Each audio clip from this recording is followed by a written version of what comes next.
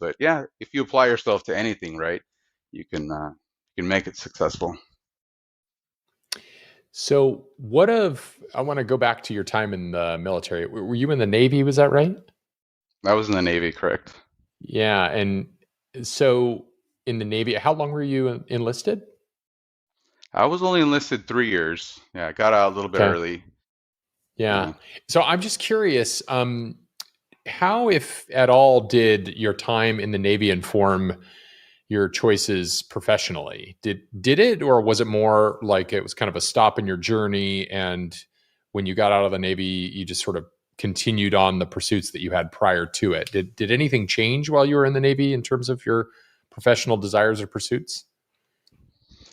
I mean, I feel like I gained a lot of confidence from the Navy, and it was similar to the boot camp experience where you learn a lot in a short amount of time. I learned about electronics and solid state and all these concepts that were like way above my knowledge level. And just having that confidence, I was able to, while I was working a full-time job, try to go to school full time and work. I actually worked two jobs while I was doing a debt collector. I worked as a server as well because I just figured I needed more money to pay for school. So I took classes like chemistry, and I felt confident going into that, knowing that like if I could do a short course, I could do a longer course. And so yeah, the Navy was great. It was like a brotherhood, and I did well in the Navy. I would have done great if I stayed in, but I just felt like there was bigger things ahead for me, and I didn't know what it was. I just knew that it wasn't the Navy. Hmm. Yeah. So, It what wasn't a is? I know you lifer said like that you some of my weren't friends. sure. I'm curious. Like, what did bigger look like for you? I think more income and more opportunity, because like in the Navy, a lot of the opportunities they weren't like income based. It was more like you're going to be like, for instance, I worked really hard to get stationed in San Diego, and like I had to be top of the class to even get choices for the orders. So, and asking for vacation and things like that, freedom basically. Yeah, I forgot about that. So anytime you'd want to take a vacation or do this and that, you'd have to put in a leave of absence. And so I kind of wanted to experience more of the civilian life instead of the military role. Like it was fun in the Navy, but I just felt like I wasn't learning anymore. And it became like a monotonous job kind of. Hmm.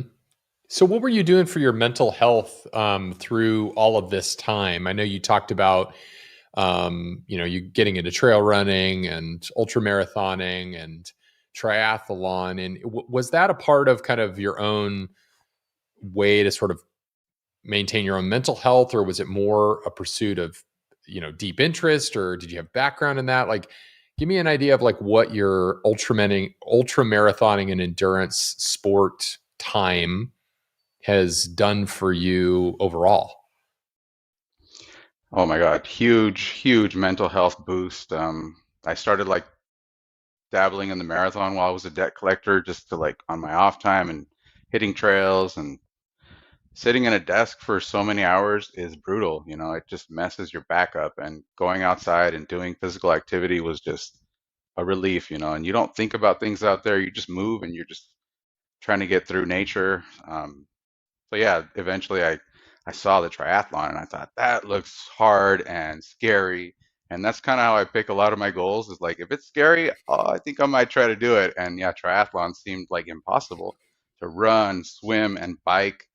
I started swimming at the pool, taking classes in the master's class, trying to learn how to improve your stroke and all these things. And I had the whole routine going until my brother-in-law was like, "Have you heard of this thing called trail running and ultra marathon?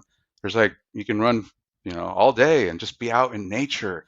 And I was like, "Hell no, no way!" Like, pass. He sent me a book though, and it was a book that kind of outlined the plan, just the basic plan, how to do it, and it had everything, like whatever issue you might think of that you'd run into, the book covered it. And I read the book and I was like, this is something I could actually do. It's similar to marathon training. You do more like volume, but it's the same concept. You're putting in your reps week by week, little by little. You're 50 miles a week, 60 miles a week. I didn't get past that. A lot of people do like 100 miles a week, but that has really boosted my mental stability. I just feel better. I feel proud of myself when I train and I show up to a race and you're like, I'm ready to go. Like I know I can. there's no doubt you're going to finish that race. You know, maybe if there's an injury or whatever, but you know you can run 100 miles or whatever you've been training for. So that is just, it helps me out in everything I do because, you know, marathon training and ultra marathon can take like 6 months to a year. So it's not a kind of a thing where you're a one and done. You're in it for a while. And I always wondered why people keep doing these events. Like you did 100 mile, like why are you doing another one?